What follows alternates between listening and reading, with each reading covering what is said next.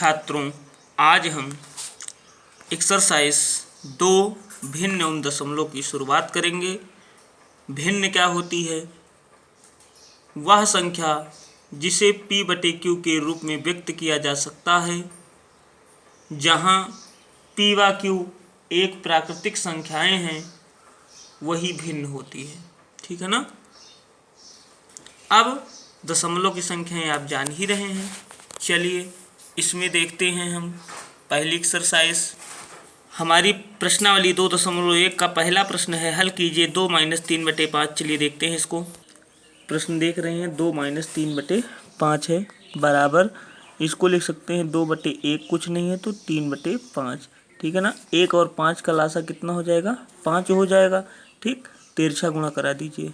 5 दूनी 10 और 3 का नम 3, 10 में से 3 गए 7/5। यही आपका क्या है? आंसर है। दूसरा प्रश्न देखते हैं, 4 + 7/8 है। यहाँ भी देख रहे हैं हर में कुछ नहीं है तो यहाँ लिखेंगे 4/1 + 7/8। 8 1 का लासा कितना हो जाएगा? 8 हो जाएगा। तिरछा गुणा 8 चौक 32 + 7 का नम 7, 32 7 39/8। यही आपका क्या है? आंसर है। तीसरा प्रश्न देखते हैं, 3/5 + 2/7। तो यहाँ पे लिखते हैं तीसरा प्रश्न, 3/5 + 2/7।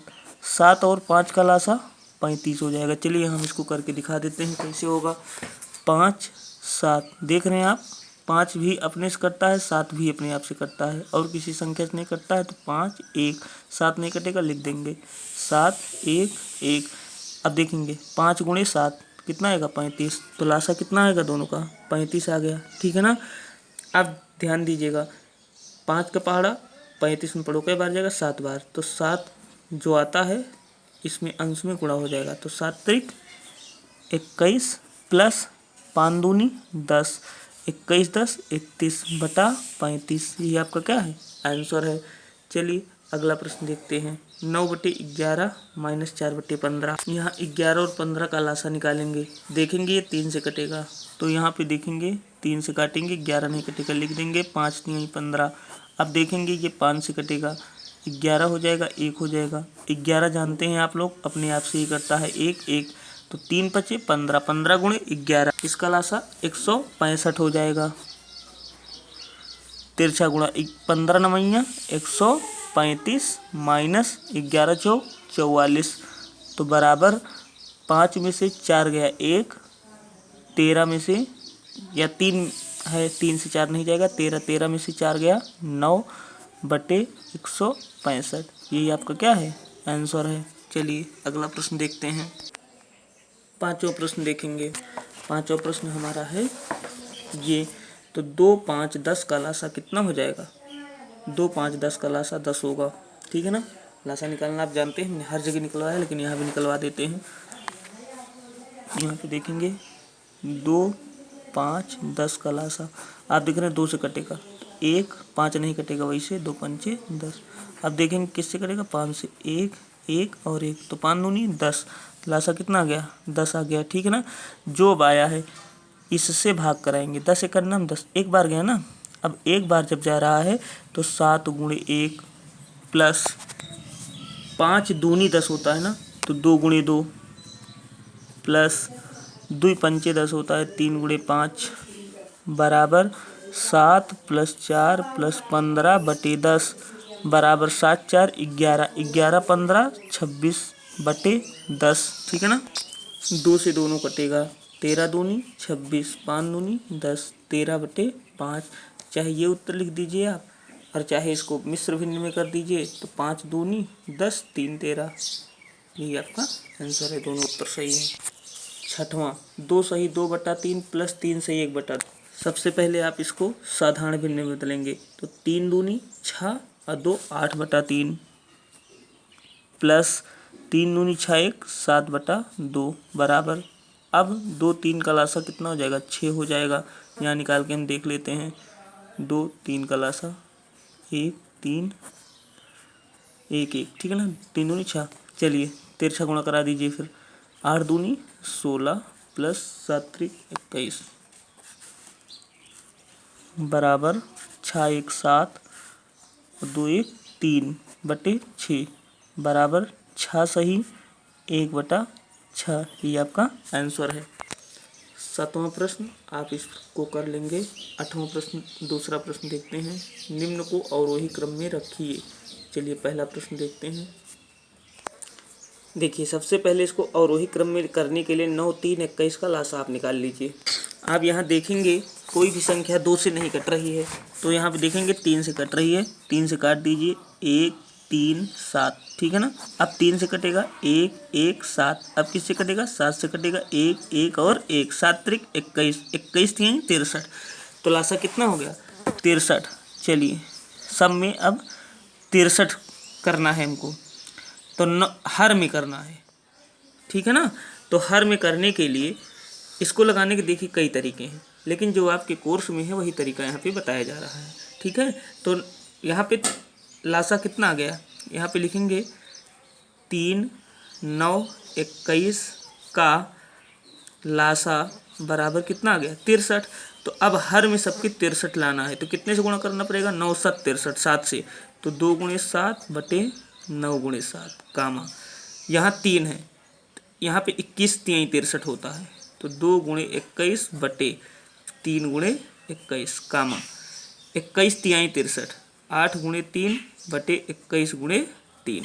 चलिए बराबर 7 दूनी 14 बटे 9 7 63 कामा 21 दूनी 42 बटे 63 कामा 8 त्रिक 24 बटे 63।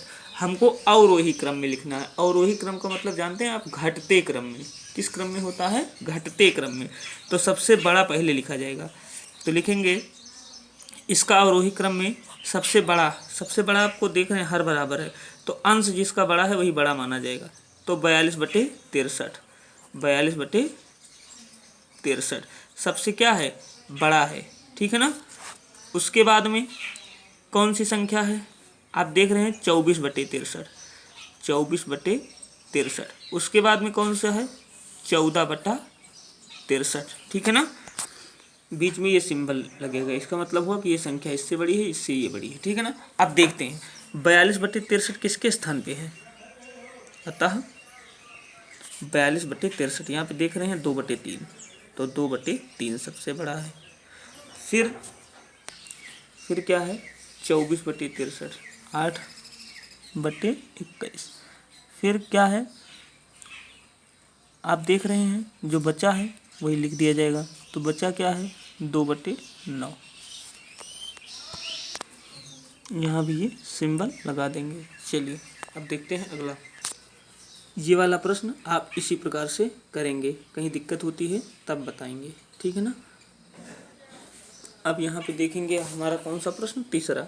एक जादुई वर्ग में प्रत्येक पंक्ति, प्रत्येक स्तंभ में प्रत्येक विकर्ण की संख्याओं का योग समान होता है, क्या यह एक जादुई वर्ग है? चलिए इसको देखते हैं। तो हम प्रश्न से ही करते हैं, तो हम लिखेंगे पहले पंक्ति लेंगे, पहली पंक्ति का योग। ये है पहली पंक्ति की संख्याएं, इनका योग अर्थात हर बराबर है, तो अंश मैंने बताया था जुड़ जाते हैं। तो 4 + 9 + 2, 9 4 13 2 15 बटे 11। अब लिखेंगे क्या? दूसरी पंक्ति का योग। दूसरी पंक्ति का योग, दूसरी पंक्ति में क्या है? 3 बटे 11 + 5 बटे 11 + 7 बटे 11 बराबर 3 + 5 + 7 5 3 8 7 15 बटे 11, ये भी बराबर है। तीसरी पंक्ति का योग, तीसरी पंक्ति का योग बराबर कितना है? 8 बटे 11 + 1 बटे 11 + 6 बटे 11, 8 + 1 + 6, 8 6 14 1 15 बटे 11। आप देख रहे हैं पंक्तियों का योग सब में समान है। अब यहाँ पे लिखेंगे स्तंभ का। किसका? स्तंभ का। प्रथम स्तंभ का योग बराबर 4 बटे 11 + 3 बटे 11 + 8 बटे 11 बराबर 11, 7 8 7 15 बटे 11। पहले स्तंभ का भी योग क्या है? समान है। अब दूसरे स्तंभ का योग क्या लिखेंगे? दूसरे स्तंभ का योग। दूसरे स्तंभ में क्या है, 9/11 प्लस 5/11 प्लस 1/11 बराबर 11। 9 प्लस 5 प्लस 1 बराबर 9। 1 10 5 15/11, ये भी समान है। तीसरे स्तंभ का योग। तीसरे स्तंभ का योग क्या हो जाएगा, 2/11 प्लस 7/11 प्लस 6/11 बराबर 11। 2 प्लस 7 प्लस 6, 7 6 13 2 15/11। अर्थात आपने देखा स्तंभ और पंक्ति का योग समान है। अब विकर्ण का, ठीक है ना। प्रथम विकर्ण का योग, चलिए हम बता देते हैं। आप जानते हैं कि ये पंक्ति है, ये स्तंभ है। अब विकर्ण ये है और ये है, तो क्या है, 4/11 प्लस 5/11 प्लस 6/11 बराबर 4 प्लस 5 प्लस 6/11। 6 5 11 4 15/11। दूसरे विकर्ण का योग। दूसरे विकर्ण का योग क्या है, 2/11 प्लस 5/11 प्लस 8/11। 2 5 8/11। देखो 8 2 10 5 15/11। आप देख रहे हैं सब का योग क्या है, समान है। अतः ये एक जादुई वर्ग है, क्योंकि इस प्रत्येक पंक्ति, प्रत्येक स्तंभ व प्रत्येक विकर्ण का योग क्या है, समान है। अतः ये जादुई वर्ग है। ठीक है, बस।